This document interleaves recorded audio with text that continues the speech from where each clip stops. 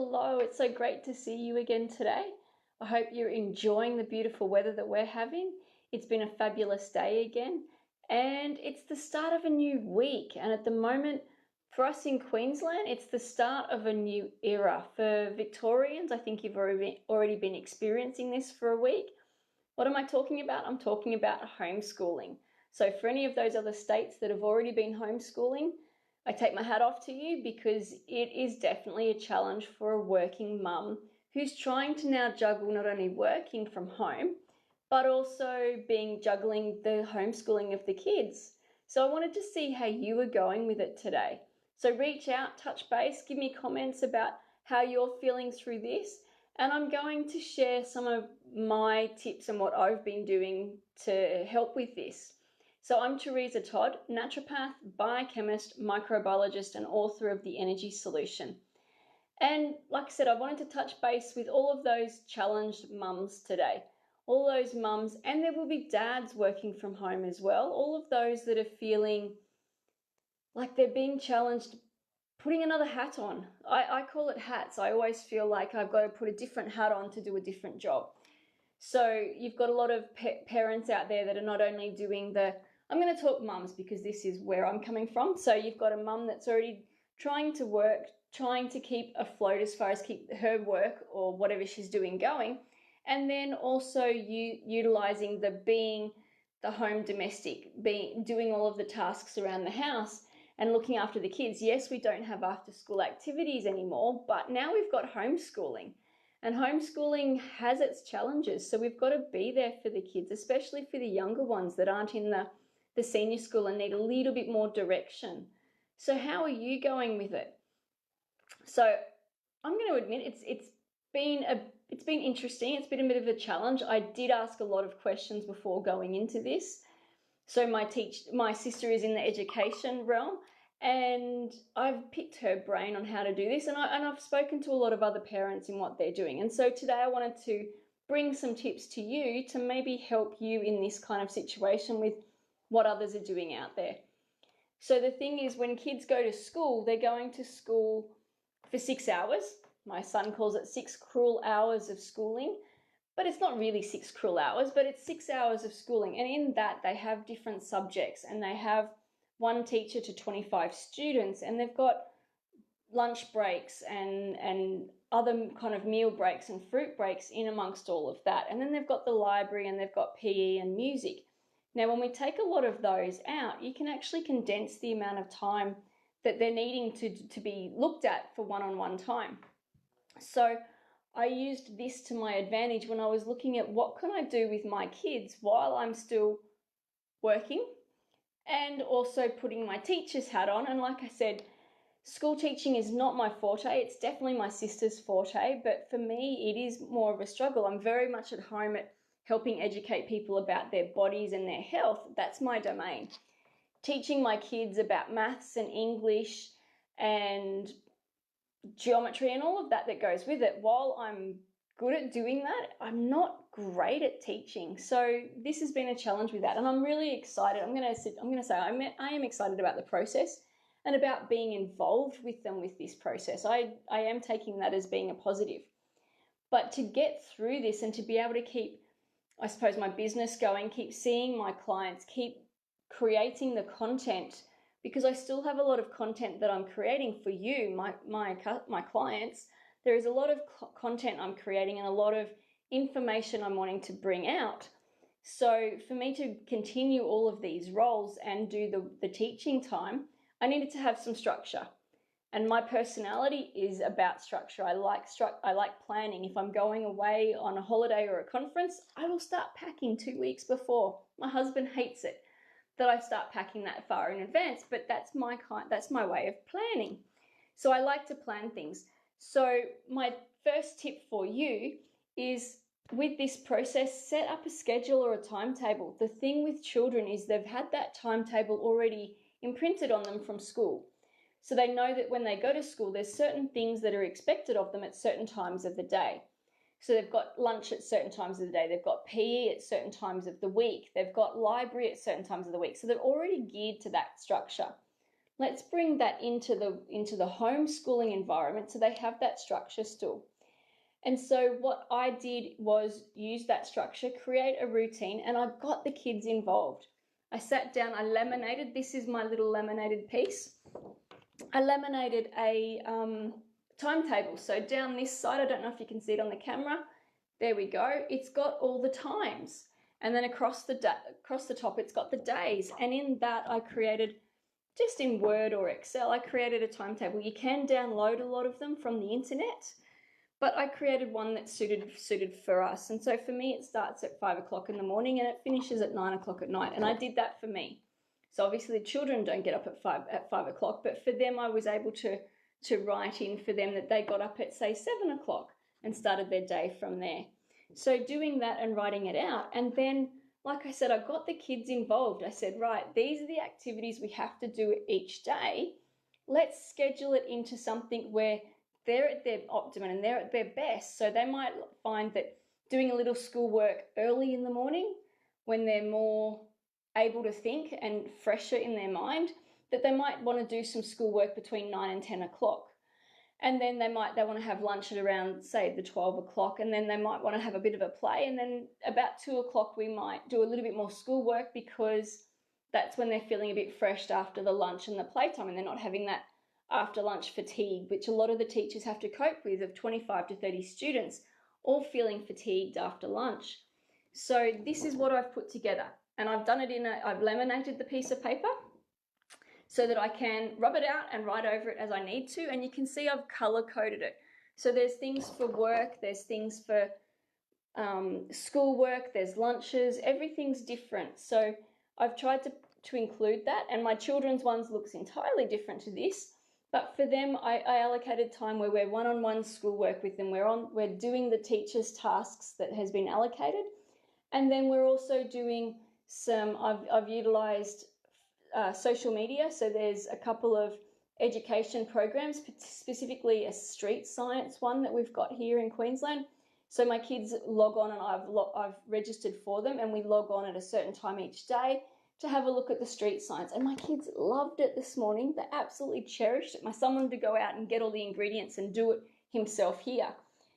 I've also scheduled in some time where they could look at ABC education, because there is a lot of resources out there that we can utilize.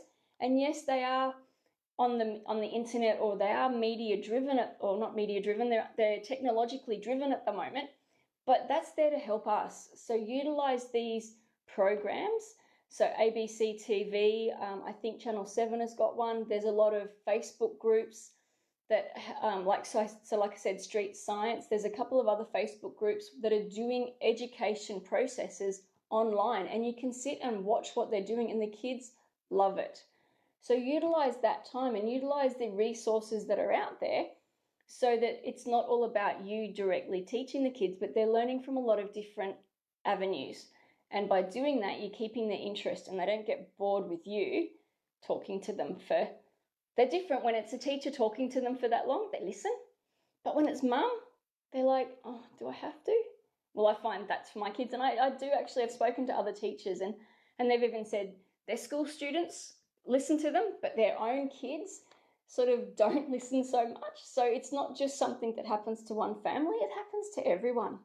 So set a timetable, have something that you can follow.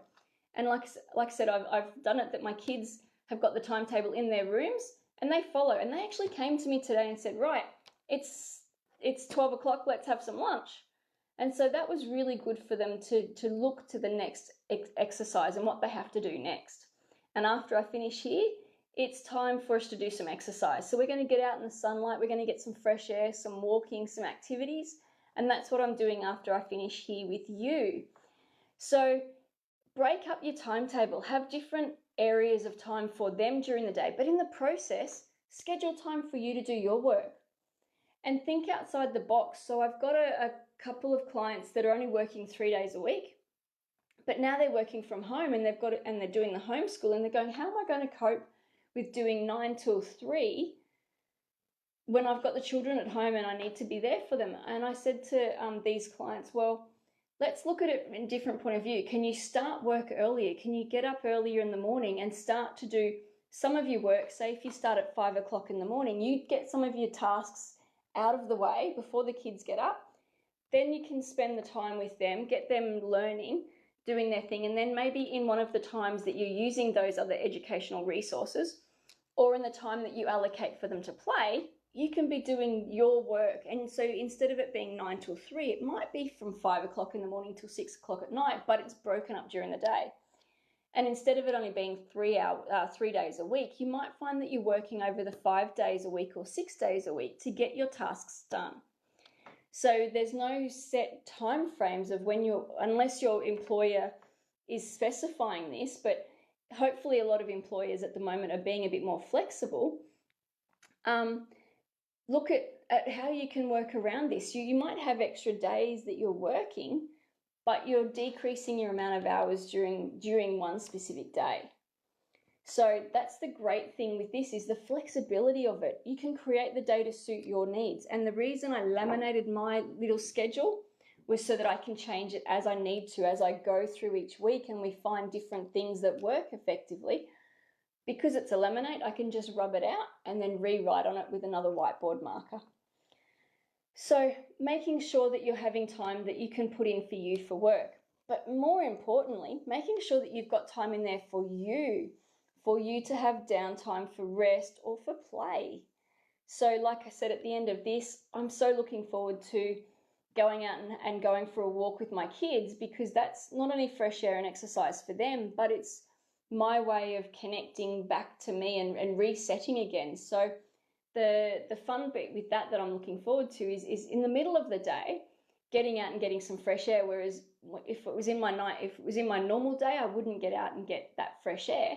So that's a great advantage of what's going on at the moment.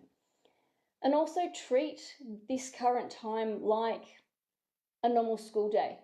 So pre-prepare your lunches so that you're not spending heaps of time making food during the day when the kids go, "Mom, I'm hungry. Mom, I'm hungry." Set some time the night before. Make your lunches. Make the lunches for everyone. Make the lunches for the whole family the night before and have it there in the fridge as if they were going to school, so that then everyone in the household is responsible for getting their lunches. And again, the night before, you can also get the kids involved in making their own lunches and decrease the time load on you. So just having that little bit of preparation. Or for lunches, use leftovers. Use leftovers from the night before. And when it comes to making dinners, bulk cook. So cook enough that you could have some frozen for the next day or for a few days' time.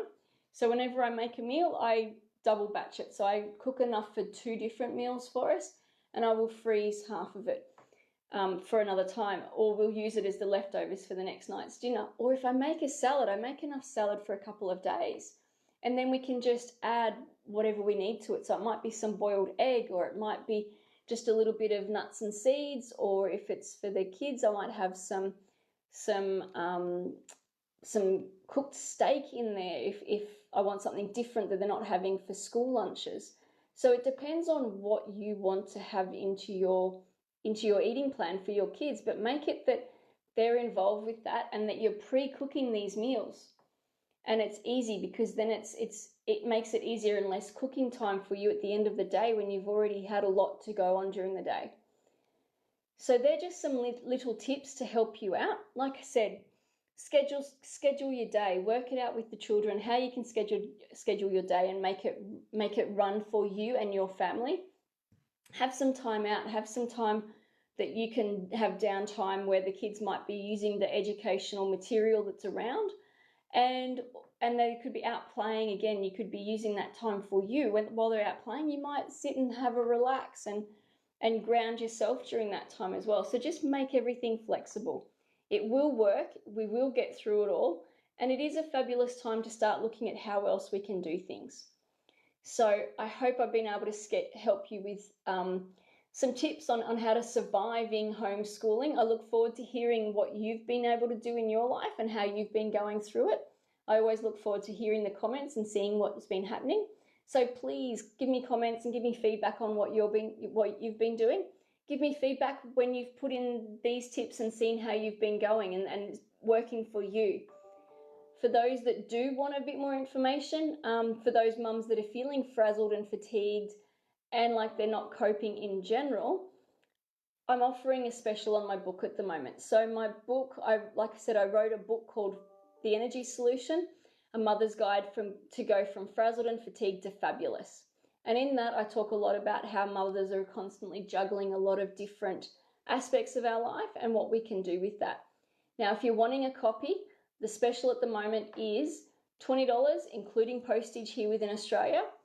And in that, I also offer a $70 gift voucher for one of my services. So if you're wanting that, please message me below, and that way we can organise to get a copy to you. I'm so looking forward to hearing how you go with that and having some of those great tips involved in your life and just making it simple and looking at what's causing you to feel tired and run down. So great to speak with you again today. I love catching up with you. I'm Teresa Todd, naturopath, biochemist and microbiologist. I look forward to seeing you next time. Good luck with COVID-19 homeschooling. Bye for now.